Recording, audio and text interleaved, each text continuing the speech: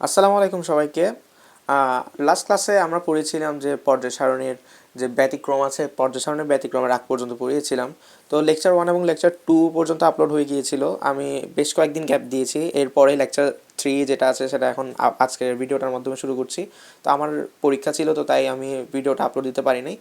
তো এমনও না যে তোমরা অনেক সময় অনেকে অপেক্ষায় ছিল, আসলে কি অপেক্ষায় ছিল তোমরা কমেন্টে জানিও। আচ্ছা, তো পর্যায় সারণীর ব্যতিক্রম, ঠিক আছে, এখানে 4টা পয়েন্ট আছে, ঠিক আছে। হাইড্রোজেনের অবস্থান, হিলিয়ামের অবস্থান, ল্যান্থানাইড আর অ্যাক্টিনাইড, ঠিক আছে। তো পর্যায় সারণী তো তোমরা কি জেনেছো, পর্যায় সারণী কীভাবে গঠিত হয় সেটাও জেনেছো, অর্থাৎ কোন সিকোয়েন্সে মানে কোন জিনিসটা ফলো করে ইলেকট্রন বিন্যাসের কোন কীভাবে যে পর্যায় সারণী আছে সেটা গঠিত কেমন হয় সেটা তো তোমাদেরকে পড়িয়েছিলাম, অর্থাৎ পর্যায় নাম্বার, গ্রুপ নাম্বার এগুলো কেমন বের করে সেটাও দেখিয়েছিলাম। তো এগুলো হচ্ছে যে ব্যতিক্রম, মানে তোমরা পর্যায় সারণীর সাধারণ নিয়ম অনুযায়ী কিন্তু এগুলোকে বের করতে পারবো না। যেমন আসি হাইড্রোজেনের অবস্থান নিয়ে, ঠিক আছে। হাইড্রোজেনের অবস্থান হচ্ছে যে আমরা যদি হাইড্রোজেনের ইলেকট্রন বিন্যাস করি, হাইড্রোজেন কিন্তু আমরা জানি যে 1, ইলেকট্রন কিন্তু 1 না। তো 1 হলে এটার ইলেকট্রন বিন্যাস কীভাবে হবে, 1s1, ঠিক আছে, 1s1। তাহলে আমরা কি জানি, আমরা জানি যে যদি প্রধান শক্তি স্তরের আন্ডারে শুধু এস অরবিটাল থাকে, তাহলে ওই এস অরবিটালের মধ্যে যে ইলেকট্রন সংখ্যা, ওই ইলেকট্রন সংখ্যা হচ্ছে যে গ্রুপ নাম্বার, ঠিক আছে। এখানে প্রধান শক্তি স্তর 1, এস হচ্ছে যে শুধুমাত্র এস অরবিটাল আছে, পি অরবিটাল তো নাই। তো সেজন্য এস অরবিটালের কাছে কি আছে, 1 আছে, তাহলে এটা কি গ্রুপ নাম্বার 1-এ।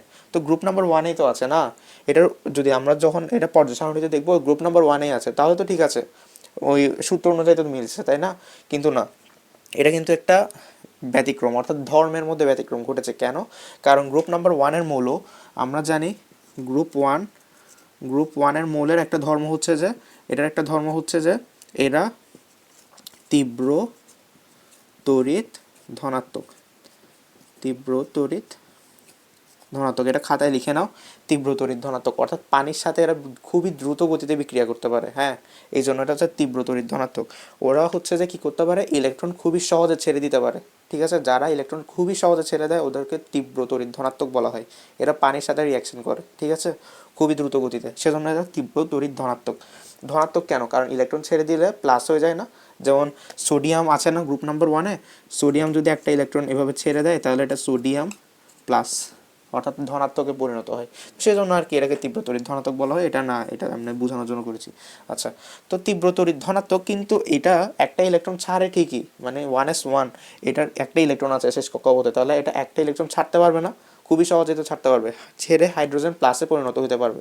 কিন্তু এটা অনেক সময় 1s1 না হয়ে একটা ইলেকট্রন গ্রহণও করে, তাহলে 1s2 হয়ে গেলে এস অরবিটালটা ফিল আপ হয়ে যাচ্ছে, এস অরবিটালটা ফিল আপ যদি হয়ে যায় তাহলে কি হয়, এটা স্থিতিশীল হয়ে যায়, তাহলে এটার একটা ইলেকট্রন গ্রহণ করাও সম্ভব, একটা ইলেকট্রন ত্যাগ করাও সম্ভব, একটা ইলেকট্রন গ্রহণ করাও সম্ভব।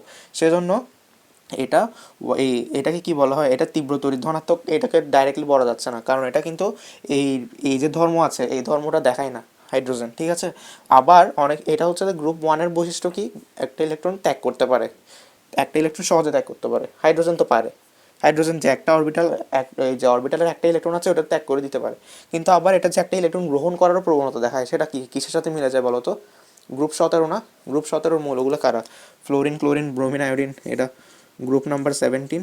এদের মধ্যে কারা মধ্যে কী কী আছে, ফ্লোরিন আছে, ক্লোরিন আছে, ব্রোমিন, আয়োডিন এভাবে আছে।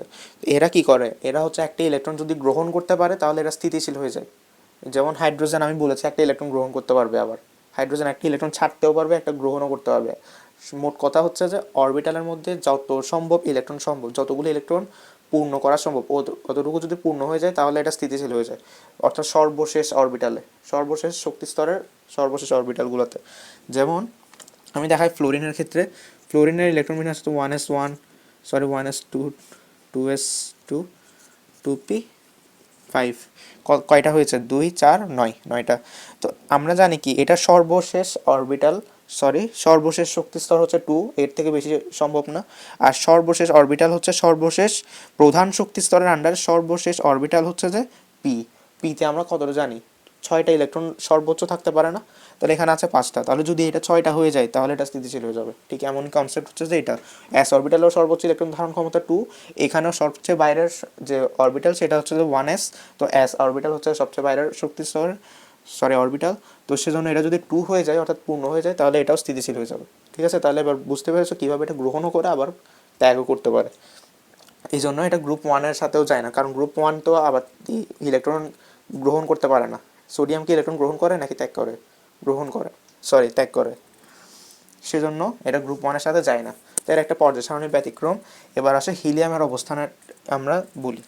আচ্ছা, যদি আমরা দেখি হিলিয়ামের অবস্থান যদি আমরা জানতে চাই, তাহলে হিলিয়াম হচ্ছে 2, তো 2 যদি হয় তাহলে এটা হচ্ছে যে 1s2, ঠিক আছে, হিলিয়াম, হাইড্রোজেনের পর হিলিয়াম।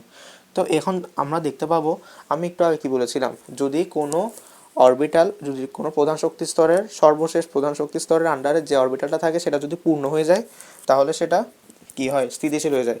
তাহলে হিলিয়ামের ক্ষেত্রে তো এটা দেখছি না আমরা যে 2 হচ্ছে, অ্যাসের ধারণ ক্ষমতা কত, সর্বোচ্চ ধারণ ক্ষমতা 2, এখানেও কিন্তু 2 হয়ে গেছে, এরপরে কিন্তু আর অরবিটাল নেই, সেজন্য এটা স্থিতিশীল। হিলিয়াম হচ্ছে স্থিতিশীল। স্থিতিশীলকে আরেক নামে ডাকা হয়, এটা হচ্ছে যে কি, স্থিতিশীল মানে সহজে বিক্রিয়া করতে চায় না, অন্যগুলোর সাথে বিক্রিয়া করতে চায় না, সেজন্য গ্রুপ 18 এদেরকে বলা হয় নিষ্ক্রিয় মৌল।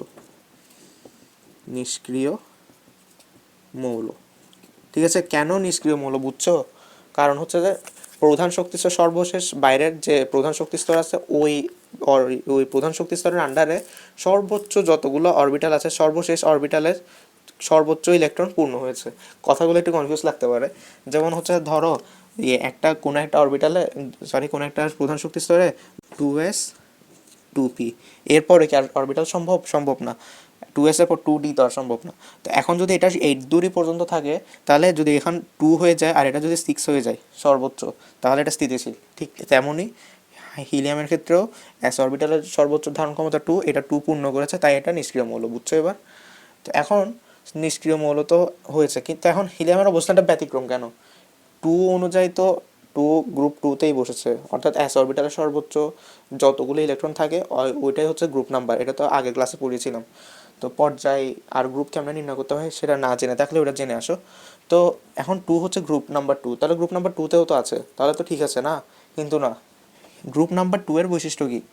গ্রুপ নাম্বার 2 এর বৈশিষ্ট্য হচ্ছে যে মৃৎক্ষার